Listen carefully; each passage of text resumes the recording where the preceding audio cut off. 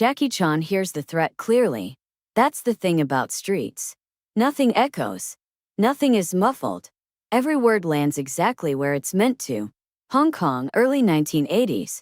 Night has already settled in, thick and humid, pressing down on the narrow streets like a held breath.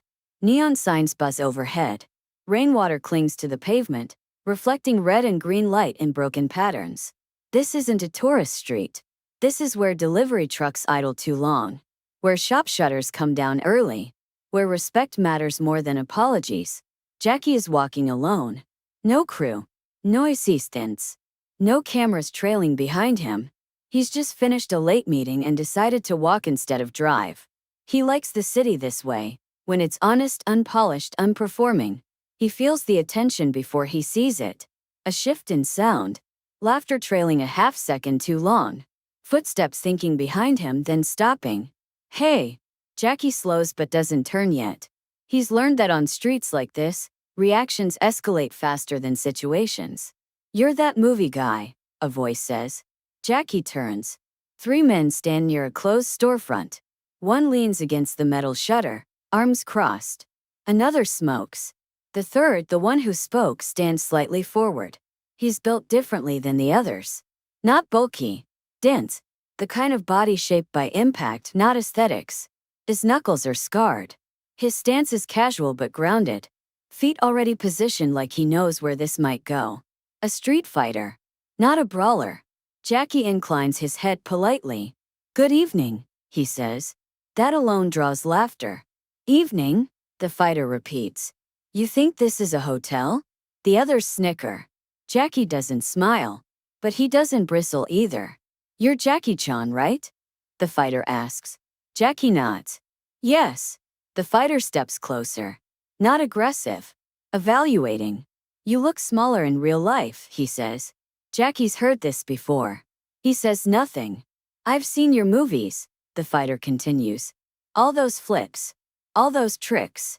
He waves a hand dismissively. That's not fighting. Jackie meets his eyes. No, he says calmly. It's not. The answer surprises them. So why do people think you're tough? The fighter asks. Jackie considers. Because I fall down a lot, he says.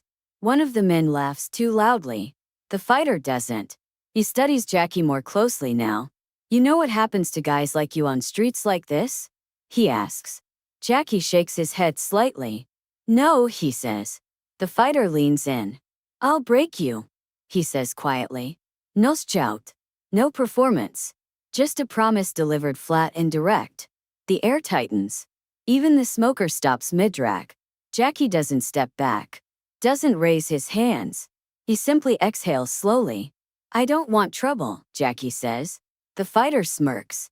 That's not your choice anymore. Jackie glances down the street. No immediate crowd. No police. No easy exits. Why? Jackie asks. The fighter blinks. What? Why me? Jackie says. What do you gain? The question lands oddly. Not defiant. Curious. The fighter hesitates for half a second. That's how it works, he says finally. Someone's known. Someone's tested. Jackie nods. I see. The fighter takes another step forward. Close enough now. This won't take long, he says. Jackie raises one hand gently. Before you start, he says. May I say something? The fighter laughs. You want to beg? No, Jackie says. I want to explain. The fighter gestures mockingly. Go on. I make movies, Jackie says. But I train every day. I train because I don't want to hurt people. The fighter snorts. That's the dumbest thing I've heard tonight. Jackie nods. I know, he says. The fighter moves suddenly. Fussed. A probing strike meant to test reflexes. Jackie shifts. Barely. The punch grazes air. The fighter's eyes narrow. Oh, he says. So you do know something. He attacks again. Harder this time. A straight punch aimed at Jackie's head. Jackie steps inside the line of attack. Not retreating. Closing distance. His movement is small enough to look accidental. The punch misses completely. The fighter overextends slightly. Jackie's palm rests briefly against the fighter's chest. Not striking. Touching. then withdraws. The fighter freezes, confused, then scoffs. What was that? He asks. Jackie doesn't answer. The fighter laughs again. But there's uncertainty in it now. That was your chance, he says.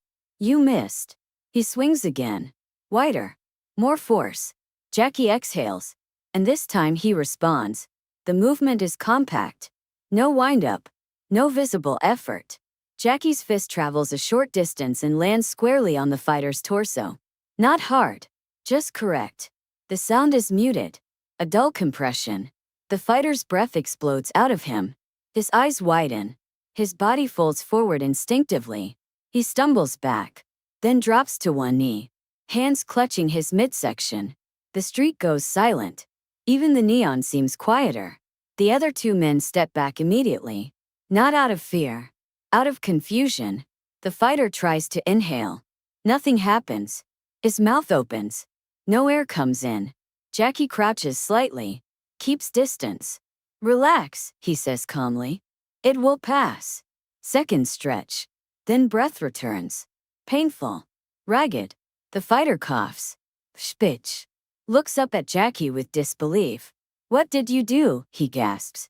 Jackie straightens. Nothing special, he says. You just weren't ready. The fighter struggles to his feet. Waves off his friends. His pride is wounded far more than his body. You hit me, he says. Jackie nods. Yes. That wasn't strength, the fighter says weakly. That was a trick. Jackie tilts his head. No, he replies. It was timing. The fighter looks at the wet pavement. At his own shaking hands. At Jackie's relaxed posture. You said you'd break me, Jackie says quietly. But you never asked if I'd let you. The fighter swallows. Doesn't respond. Jackie steps back. Creates space. I don't want to embarrass you, he says. Or hurt you. The fighter laughs bitterly. Too late. Jackie shakes his head. No, he says. You're still standing. The fighter looks up. Meets Jackie's eyes. For the first time there's no hostility there. Only recalculation. This street, the fighter says slowly. It doesn't forgive weakness. Jackie nods. Neither does fighting, he replies. But weakness isn't what you think. Police sirens echo faintly in the distance. Not close, but close enough. The fighter steps back. Signals his friends. They retreat toward the alley. As they go, the fighter turns once more. That punch, he says. That wasn't normal. Jackie smiles faintly. No, he says. It was honest. They disappear into the night. Jackie remains where he is for a moment, breathing steady, listening to the city reassemble itself. The threat is gone, but the moment isn't over, because what happened on that street won't stay there. By morning, the story will already be changing. By tomorrow night, it will be legend. But what matters most is what happens next. Because the fighter didn't just meet someone stronger. He met someone who didn't need to prove it. What follows isn't about violence. It's about consequence. And about how one quiet moment rewrote a reputation that spread faster than fists ever could. The street doesn't snap back to normal when they leave. That's what Jackie notices most. The neon still buzzes. The puddles still shimmer. Traffic still crawls somewhere nearby. But the tension doesn't evaporate. It lingers, hanging in the air like smoke that hasn't decided where to drift yet. Jackie stands still for another moment, not because he's afraid they'll come back, but because he knows moments like this carry momentum. They don't end cleanly. They ripple. He turns and continues walking unhurried, hands relaxed at his sides. 2 blocks away, the fighter finally speaks. What the hell was that? One of his friends asks. The fighter doesn't answer right away. His breathing has normalized, but his chest still aches. Not sharply, not painfully, just enough to remind him something bypassed his strength entirely. That wasn't muscle, he says finally. His friend scoffs. Then what was it? The fighter shakes his head. I don't know, he admits. But I don't want to feel it again. Word travels fast on streets like these. Not loudly. Precisely. By the next evening, people are already telling the story. Not as a fight, but as a moment. They don't say Jackie Chan beat a man. They say he stopped one. In gyms, the story changes shape. Some say the fighter rushed him. Some say Jackie didn't even move. Some exaggerate. Some strip it down. But every version includes the same detail. The punch didn't look like anything. And that's what scared everyone. The fighter returns to his usual spot 2 nights later. Same corner. Same posture. But he watches differently now. When someone postures, he notices the tension in their shoulders. When someone swings hard, he sees how much they give away. He doesn't interrupt. He observes. A younger guy asks him about Jackie Chan. "You really think that was real?" The kid says. "Not movie stuff." The fighter looks at him for a long moment. "If it was fake," he says, "I'd be laughing." The kid waits.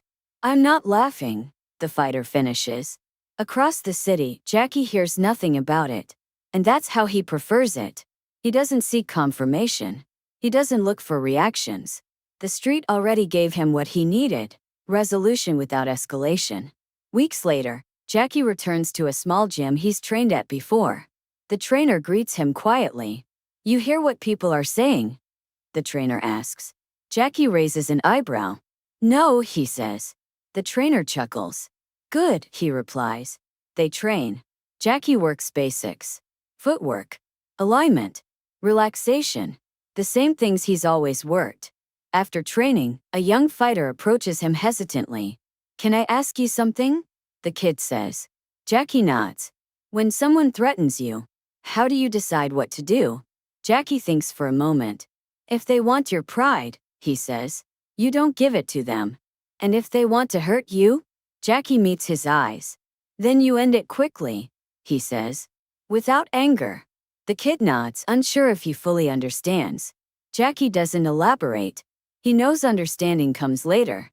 Months pass. The fighter who made the threat changes how he trains. Not publicly. Privately. He shortens his punches. Slows his combinations. Starts paying attention to balance instead of dominance. People notice. They don't tease him. They're too busy wondering why his hits feel different now. One night someone laughs at him. Mocks his soft punches. The fighter smiles. He remembers the laugh he gave Jackie Chan.